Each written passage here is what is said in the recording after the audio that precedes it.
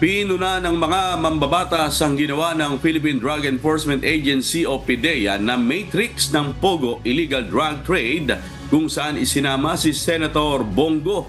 Malianya na inilabas ito sa pagdinig ng House Quadcom dahil wala naman umano itong direktang involvement sa nasabing illegal na aktibidad at incriminating umano ito para sa senadora. Marinding binatikos ni Senator Go ang PDEA at tinawag na irresponsable.